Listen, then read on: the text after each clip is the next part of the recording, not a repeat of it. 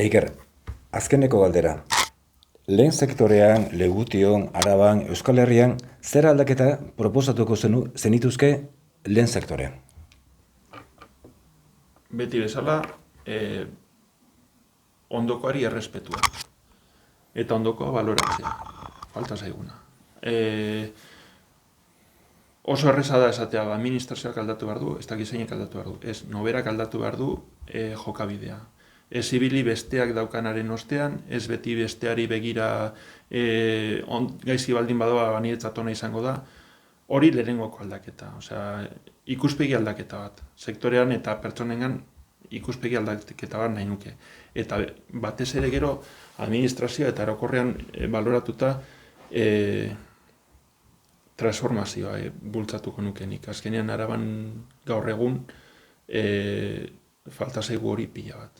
Egiten dugu produktu pila bat, baina sartzen dugu garia osorik, patatak osorik, ez dugu transformazio bat egiten. Eta nik uste dut hori bultzatu behar dugula. Azkenean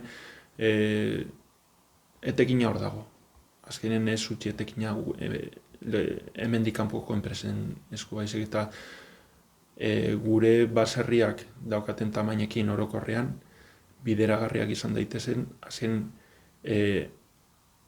etekin alik eta hoberen atera behar zaio produktu hona eginda eta horrek ezigitzen du transformazio bat.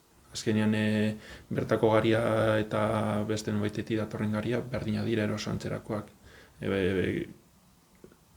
produktu bezala, baina egiten baldin badugu transformatu gure lurrak diversifikatu baita ere, ez azkenen Araban ikusten duguna da, zekale pila bat eta ez dago beste produkturik.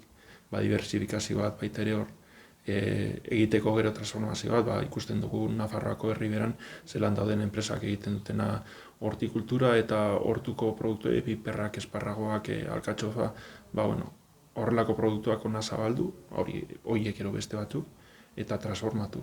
Eta jendearen esku utzi konsumitu dezaten bertako produktua. Balorea emateko bertako produktuari. Batez ere hori. Baina norbera bere buruaren gandik hasita. Ez jun errenta handiago bat ordaintzera beste bateri, ez jun beste bati lurrak entzera, eta azkenean erderaz dago, cuando veas las barbas del vecino... Por las tuyas a... Preocupate de las tuyas, ez dakiz zelandan ez... Por las tuyas a remojar. Bai, holaka bai. Azkenean pentsatu gure ondokoa ni baino beto baldin badago, hori ona da. Azkenean ni horra ere heldu naiteke. Hori ikuspegi hori izan behar dugu. Eta ez, ondoko txarto baldin badago, niretzat hobeto. Azkenean bera kanpora baldin badago, gelditzen ez ni bakarrik eta niretzatena. Ondoko txarto baldin badago, segurotik zuri ere etorriko zaiz hori. Azkenean hor kontua handia izan behar dugu. Eskerrik asko, Iker, elkarrizketaren gatik.